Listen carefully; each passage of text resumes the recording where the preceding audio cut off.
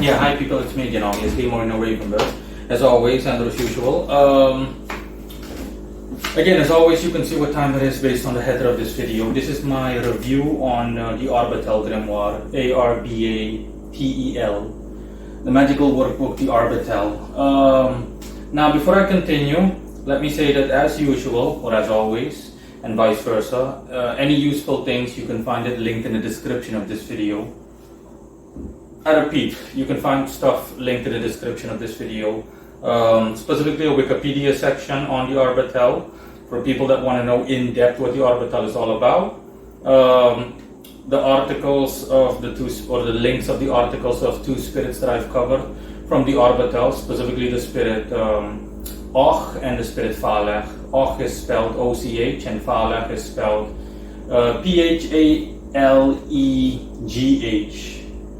Yes, I covered both spirits in 2018, so like 5 years ago. Now, I'm going to discuss the book specifically, what it's all about and whatnot. Oh yeah, and last but not least, the link to a free copy is also in the description of this video. A free copy of the Arbatel for those of you that don't have a copy yet or similar. For those of you that are seriously interested in detail in the Arbatel, I would suggest really paying really close attention to the Wikipedia section and also checking out the end references or just plain all references, you know, if you're that hardcore about it. Now, I'm going to keep it short and sweet in terms of what it's about, because there's not a lot to say and it's just not necessary primarily, or first and foremost, it's just not necessary. Now, the Arbatel, just like most classical, antiquarial, magical workbooks, so those with a medieval or Renaissance vibe, starts in a typical fashion, and you essentially are set to praise God and glory unto Him, obviously, as is always the case, and as always should be the case, but in a typical, let's just say, overblown manner, in a manner that is just typical of these magical workbooks.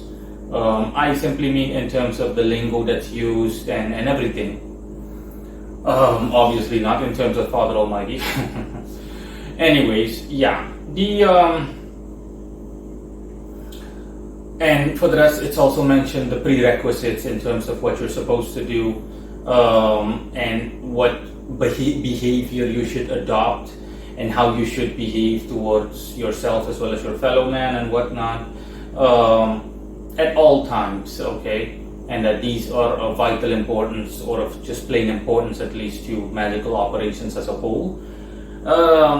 Generally speaking, practitioners are used to all of this. You know, you guys out there that practice magic and whatnot, you're used to that whole shtick, so to speak. It's not shtick, but you know what I mean, only enough as a figure of speech. So people are primarily interested in the spirits that are mentioned in these magical workbooks, and I can't blame them. I was also there when I first came into contact with this grimoire, the same way I did with all the other grimoires, because I already know it, and it's essentially like yada yada yada, blah blah blah, okay, and vice versa. Okay, what are the spirits, etc., etc., etc. Now, there are 7 spirits mentioned in the Arbatel.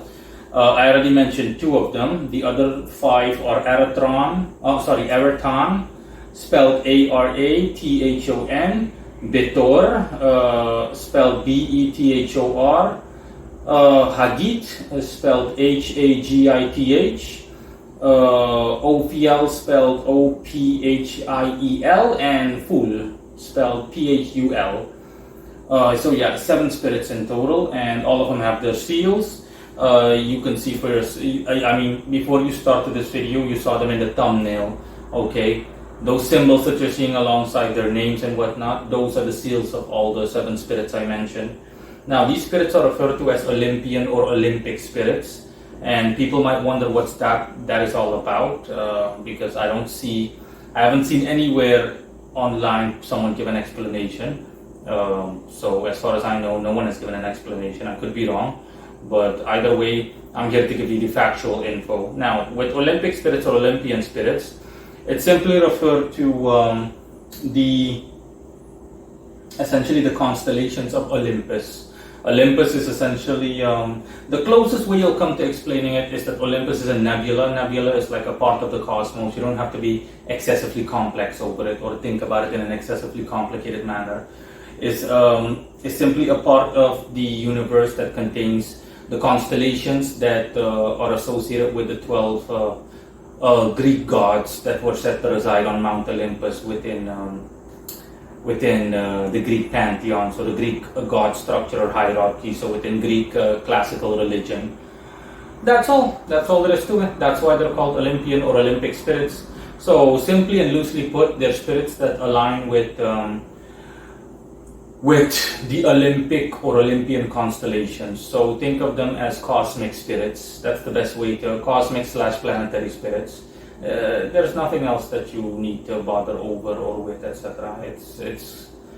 It's not necessary, not to mention wildly impractical, okay? More the latter than the former, to actually think of it in any other detailed manner. Obviously, these spirits, just like pretty much every other spirit out there, has its own complicated backstory, but the simplest way to categorize them is in the lights of which I described, or within the lights of which I described.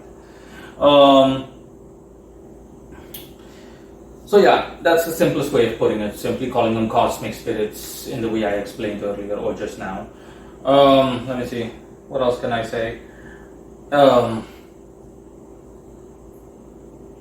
yeah, for the rest, it just indicates the magical workbook, the Arbatel Grimoire, doesn't specifically give instructions on how to work with these spirits, like from the ground up or from scratch. It simply gives an outline on your behavior, like I said, etc., etc., and then gives the spirits and the planets that they align to and their specialties and whatnot. And like I mentioned in an article on my website called Factual versus Spirit Attributes, Factual versus, Relative versus Factual. You can look for it on my website, MorinoRavenberg.com, in the search bar, and you'll see it for yourself. Never mind, I'll also link it in the description for people that have no idea what I'm talking about at any given point of people watching this video, and if it's clear if it was unclear or is unclear at any given point. And in that, I simply explain what time it is in relation to magical workbooks and the attributes that spirits are given, and how you can apply it and how to distinguish it, and how to prevent yourself from not being able to see the forest through the trees, metaphorically speaking. I'm not going to get into that. Most people that are watching this video already know what I'm talking about. They already follow me by default. And yeah, when you read the book, it speaks for itself. The spirits are given with their names and attributes, the names I mentioned, the seals, and the planets that they align with or correspond with, and the corresponding talents they have and that they can bestow upon you as a magician or any occult worker or similar. Now, I've also said enough about the spirits, at the very least in my opinion and to my knowledge. So yeah, now I'm going to go over the rest of the grimoire. There are things like things that are mentioned in the grimoire, the Arbatel, are you have a tome, and then, for example, you have the first tome, and then you have 7 septenaries. Okay, the first septenary is called the septenary of aphorisms, and again, septenary, just like I said, is just the plain and simply, it's just additional information other than your behavior and whatnot. It's information that you need to keep in mind. Something I also noticed that's interesting is that this is the first tome, but it is mentioned in the beginning that there are in total 9 tomes, if I'm not mistaken. Specifically page 5. I repeat, specifically page 5. And this is also where another interesting thing comes to play. I noticed that in the description on the aforementioned page, on page 5, that the author is referring to it has a heavy amount of Greek influences. Classical Greek religion. I'm going to give an example. The first is called containing 9 tomes and 7 septenaries of aphorisms. The first is called Isagoge, Isagoge. or a book of the institutions of magic, or eligible Greek, in which 40 and 9 aphorisms comprehended the most general precepts of the whole art. Yeah, and then the editor makes a note that none of these latter 8 books exist in the present day.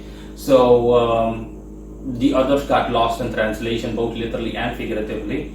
And the first tome with these 7 spirits is the only one that is mentioned. But what you should remember is that based on all of this, the conclusion you can draw, take it from me obviously, is that there are multiple books, okay? Or that at the very least the intent was to have multiple books created. And this book, it's either an unfinished book or the remainder was lost. I'm getting the impression that it's an unfinished book. Essentially the intent was to write multiple tomes, but the first tome is the only one that is essentially that the author was capable of fully finishing and publishing. The rest was just postponed and delayed and whatnot, and the whole thing was just blown off in the end, I'm being told. Okay. Let me see. Yeah, again, I can just give multiple examples. The second is microcosmical magic, what microcosmos had affected magically by his spirit and genius addicted to him from his nativity. That is spiritual wisdom, and how the same is affected. The third is Olympic magic. The fourth is Hesiodiacal magic and Homerical magic. Yeah, see what I mean? So essentially there's a reference made to Greek philosophers Hesiod and Homer, like those kind of guys, Plato, etc. It just goes on, okay? It even goes on. The fifth is Romane or Syllabilin magic, which asset and operates with tutelar spirits and lords to whom the whole orb of the earth is distributed. This is, and it's in Latin, Valde Ignis Magia.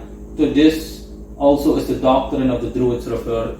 So yeah, you can see there are heavy like Greek, so Hellenic and Roman and other classical antiquity based influences that are mentioned. So yeah, you can see where the Arbatel comes from with that. That is something that I found quite interesting. Oh yeah, and that's pretty much it. There is nothing else that I can think of. Like I said, just keep it short and sweet, because most people, they're interested in the spirit. You're interested in the 7 spirits I mentioned, their attributes and whatnot. You can find 2 of those, like I said, on my website and YouTube channel. And it just goes on. And in this grimoire, this workbook, you'll find their seals, and within the context of this grimoire, the attributes that are assigned to them. And again, keep in mind what I said. You can also read my article to understand how to make sense of the attributes you see in these kind of books compared to factual attributes. So attributes that apply across the board, just overall in general. Yeah, before I go, I did briefly do some mind delving and checked everything, and I essentially spoke to the universe, and I asked what the reflecting my own power, obviously, back at me in a matter of speaking, and I asked exactly what was meant with Olympian spirits, and just like I told you, was told that hey, the closest thing they'll come to as an explanation is to simply look up the constellation of Olympus, and the answer I gave earlier, that it's a nebula, blah blah blah, etc., that aligns or corresponds with the 12 Olympic gods, essentially. And that's where these spirits are from. So what you need to keep in mind is that they're, like I said, they're cosmic spirits. They're essentially like freelance. They're neither celestial nor infernal. That's the best way to classify them. They're simply planetary or / cosmic spirits. Like I said, all of them have their own background, etc. I remember that's also what I wrote in my article in 2018, that the spirit he told me that he was of the order of powers. So that was an angelic order, but that was metaphorically speaking a long time ago, and that was no longer the case when I asked him. He's simply like in between. He has no official classification, which I can understand. You also need to understand, before I say what I'm about to say, is that, like I said, you have spirits that align with several items and whatnot. I can easily, like for example, ask for a spirit that aligns with a star that I can find if I were to be into astronomy. Or I can easily ask for, hey, I would like to know which spirit aligns the closest to, or can be seen as a de facto, so to speak, ruler, or at least a metaphorical ruler of a celestial body, like the asteroid Chiron or similar. That's what you need to, that's the closest you'll come to understanding this whole concept.